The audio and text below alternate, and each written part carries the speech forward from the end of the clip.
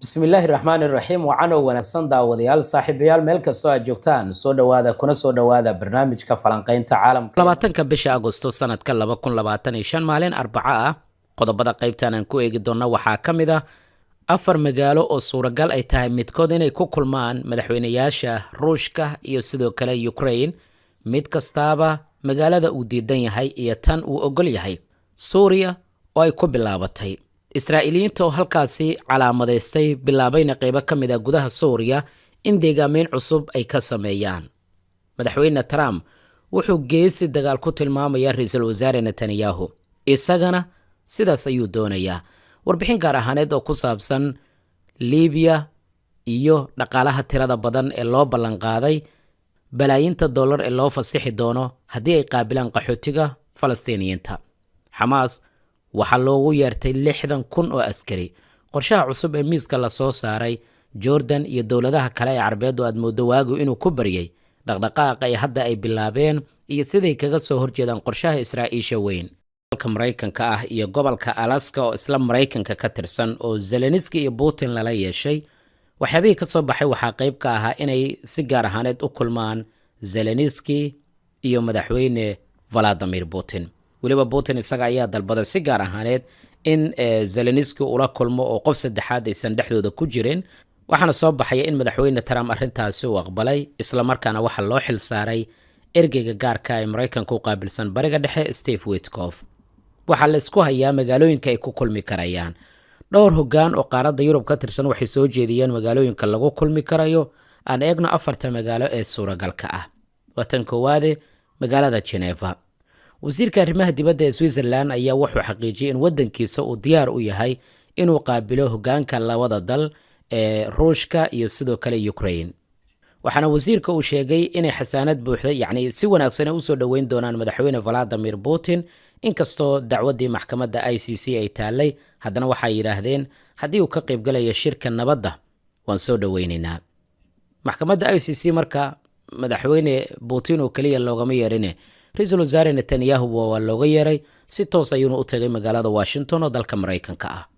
magaalada labaad waa magaalada Vienna oo dalka Austria ah hoggaanka ugu sarreeya dalkaasi ayaa si la mid ah dhankooda waxay ballan qaadeen inay soo dhaweyn doonaan oo ay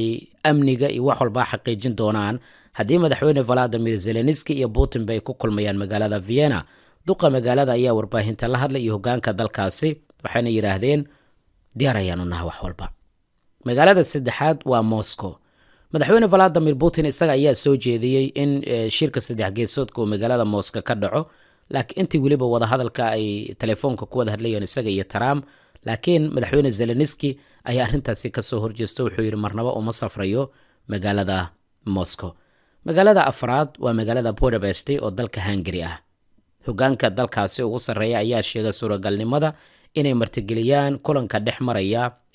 Vladimir Zelensky iyo Putin waxaana yiraahdeen waan soo dhaweynaynaa diyaar ayaan u nahay inaan qayb ka noqono qorshe kasta oo dagaalka lagu soo gabagabeyn karo iyadoo sida loo raadinayo marka magaalooyinkii ay hoggaankan ku kulmi lahaayeen wada hadallada ay socdaan dhinaca kale waxaad moodaa inay aad u dagaalamayaan oo mid kastaaba uu doonayo dhul hor leh inuu qabsado si gaar ahaaneed diyaaradaha droniska ayaad moodaa inay nafta isaga qaadeen labada dhinac oo boqolaal diyaaradood ayaa la adeegsanayaa magaalooyin badan oo gubanaya ayaadna arkaysaa waxyaabaha ka soo kordha waan kula wadaagi doonaa insha Allah haddii aad maqli jirtay dhibaato haysata walaalka adigana gundahaada ka filo waxaad moodaa markaan in dalalkii Carbeed ay hadda dareemayaan dhibaatadii dadka shacabka ee reer Gaza lagu hayay in iyagana ay ku wajahan tahay dhowr dowladood ayaan tusaale u soo qaadanaynaa aan ku bilowno dalka Suuriya muuqaalkan aad arkaysaan waa dad badan oo Israa'iiliyiin ah oo bilaabay inay calaamadeystaan dhul ay lahaayeen dadka reer Suuriya gudaha dalka Suuriya ay doonayaan markan inay deegaameyn ka bilaabaan inkastoo markii dambe muuqaalka iyo sida lagu sheegay warbixinta ciidamada Israa'iil ee dadkan ay kala eriyeen haddana waxay soo qaateen shamiindadoodii calankii Israa'iil ayay soo qaateen meel ayay iska calaamadeysteen oo waxay yiraahdeen halkan waa halka deegaameynta ku wacan waa dhul xogaa yar oo buuro leh oo dareemayso yacni buuro badan yacni aan lahayn laakiin taag ah halkaas oo ay ka agdhow yihiin ciidamada Israa'iil deegaameyntan waxaa markii hore dhibaato xoogan ay kala kulmay dadka shacabka ee falastiiniyiinta gaar ahaan daanta galbeed ilaa magaalada talaaviib deegaanadii la isku xiray ilaa magaalada qudus hadda marka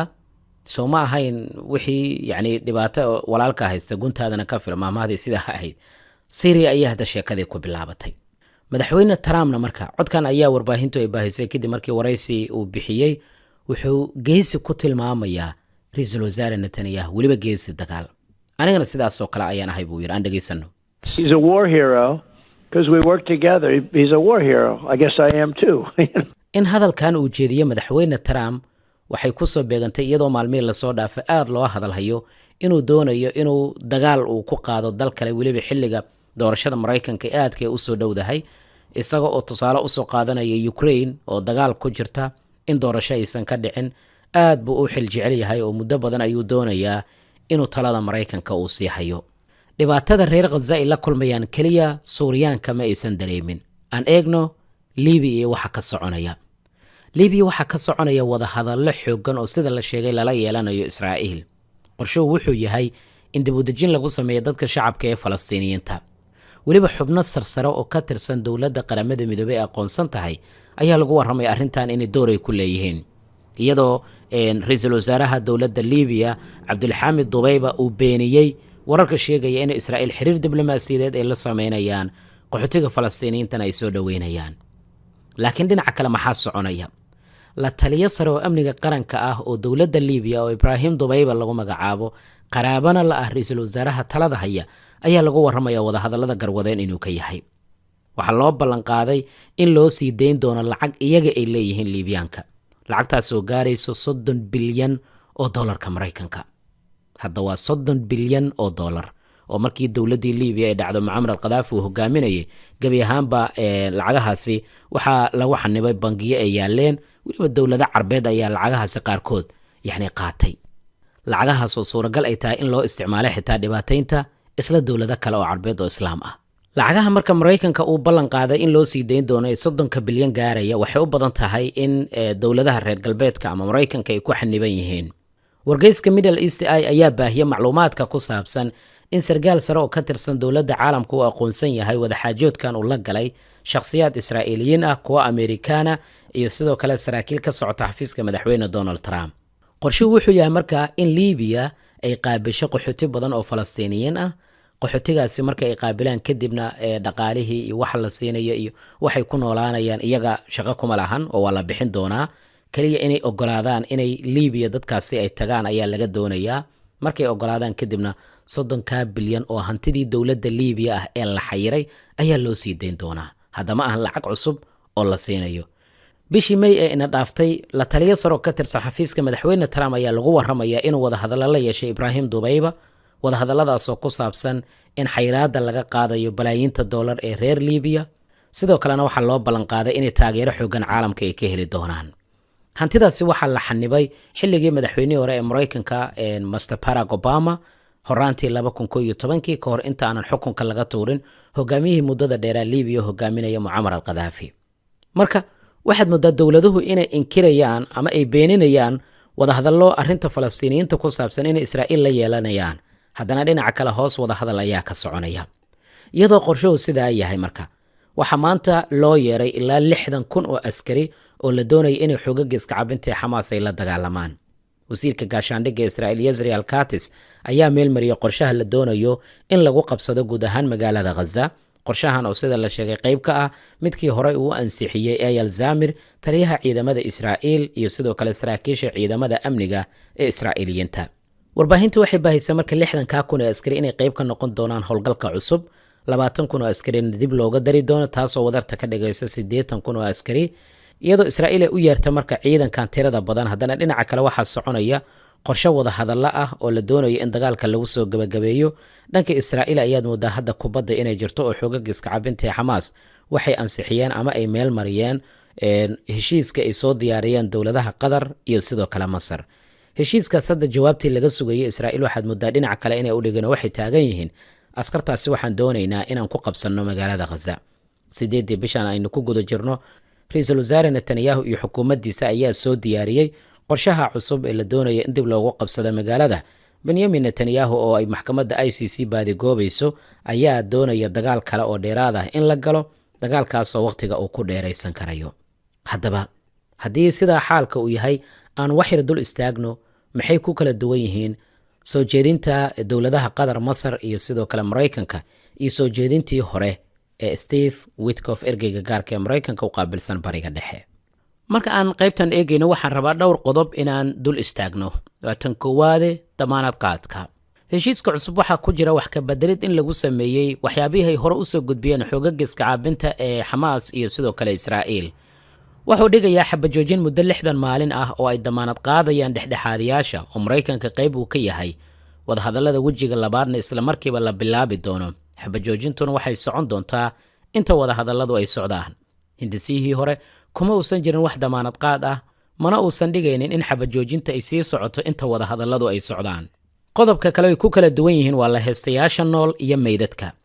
hindisaha cusub waxaa ku jira sii deynta 10 ruux oo Israa'iiliyiin ah oo nool. maalinta koowaad iyo maalinta 50aad ayaa la kala dayn doonaa, iyada oo lagu bedelanayo tiro la isla ogolaaday oo maxaabiis Falastiiniyiin ah oo xabsiyada Israa'iil ku xiran. qiyaastii 140 maxaabiis oo xukun daa'in ah iyo xukunno xabsiyadooda ama waqtigooda uu aad u dheer yahay, iyo 60 maxaabiis oo in ka badan 15 sano xabsi ku qaatay. waxaa intaas sii dheer haween iyo caruur laga qabtay gudaha magaalada Gaza. intii uu socday dagaalkii 7 Oktoobar ayaa qayb ka ah dadka la sii daynayo. hindisihii hore wuxuu ku baaqayay in isla 10kaasi qof la sii daaya hal jeer, iyadoo ereyga la isticmaalayn uu ahaa isweydaarsi maxaabiiseed. meydadka 18 kale oo xoogagga iska caabinta ay gacanta ku hayaanna 2 jeer ayaa la wareejinayaa laga bilaabo maalinta 7aad ilaa maalinta 30aad, iyadoo lagu bedelanayo tiro meydad Falastiiniyiin ah oo qiyaastii 10 gaaraya. halkii meyd oo Israa'iili ah, 10 shuhado oo Falastiiniyiin ah ayaa lagu bedelanayaa. arrinta gargaarka.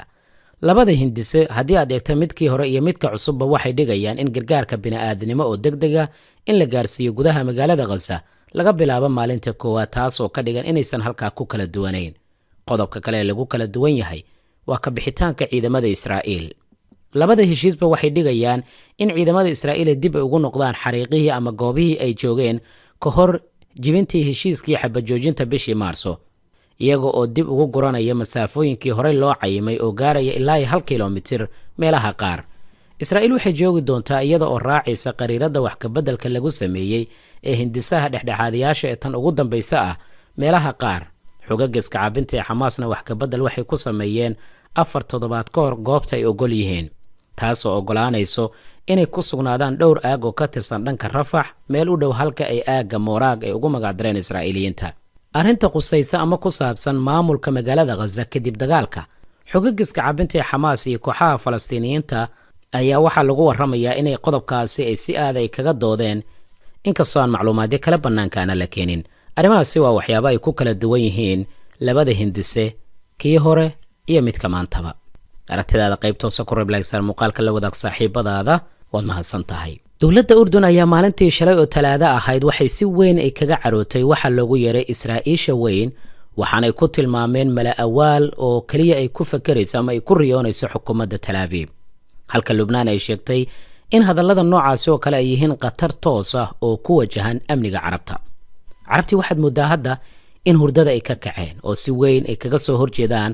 qorshaha Israa'iil, inkastoo tallaabo midaysan weli aysan qaadin. ra-iisul wasaare Benyamin Netanyahu ayaa dhowaan si cad u sheegay in uu rumaysan yahay in meel wanaagsan uu marayo qorshaha Israa'iisha weyn laga soo bilaabo magaalooyinka hadda gacanta ay ku hayaan ilaa webiga Furaad. ra-iisul wasaaraha dowladda Urdun ayaa maalintii shalay marka waxa uu sheegay in fikradda Israa'iisha weyn ay tahay mala awaal, isagoo xusay in Tel Aviv ay go'doonsan tahay sababo la xiriira dhanka siyaasadda iyo tallaabooyinka ra-iisul wasaare Netanyahu uu qaadayo. hadalladan waxay hoggaankan ay jeediyeen kadib markii kulan uu ka dhacay magaalada caasimadda ah dalka Urdun. kulankaasi waxaa yeeshay ra-iisul wasaaraha Lubnaan iyo ra-iisul wasaaraha dowladda Urdun. waxaan maqalnaa bay yidhaahdeen aragtiyo iyo hindise siyaasadeed oo ujeeddadu ay tahay in la sii wado dagaalka, kaasoo aan la doonaynin in la dhammeeyo. Netanyahuna markastaa wuxuu doonayaa inuu marbageed qabsado. sidaas waxaa dhahaya hoggaanka labada dal. dhowaan Masar ayaa arrintan ka soo horjeesatay dowladihii carabta. waxaad moodaa markan in indhaha uu u furmay, laakiin weli ma aysan qaadin tallaabo ah in isbahaysi ballaaran oo midaysan ay samaystaan dhinacyada si ay kaga hortagaan qorshahan oo mar walba Israa'iil miiska u saaran. wararkii ugu dambeeyay ee magaalada Gaza haddii aan kula wadaago ku dhawaad 20 ruux oo Falastiiniyiin ayaa lagu waramayaa saakay inay shahideen kuwa kalena dhaawacyo ay soo gaareen dadkaasoo carruur ay ku jiraan kadib markii Israa'iil ay duqeysay qaybo badan oo ka mid ah magaalada Gaza Arbacada maanta ah. agagaarka isbitaalka Baptist waxaa lagu waramayaa 2 ruux inay ku shahideen kuwa kalena ay dhaawacmeen kadib markii la bartilmaameedsaday dhismay ku sugnaayeen dad soo barakacay oo gudaha magaalada Gaza ah. xaafadda Zaytuun oo koonfur bari magaalada Gaza sidoo kale gantaalla ayaa ku dhacay. saraakiisha caafimaadka ee magaalada Gaza ayaa sheegay wadarta guud ee dadka maanta dhintay inay gaarayaan ilaa iyo 30 ruux kuwa kalena dhaawacyo ayaa soo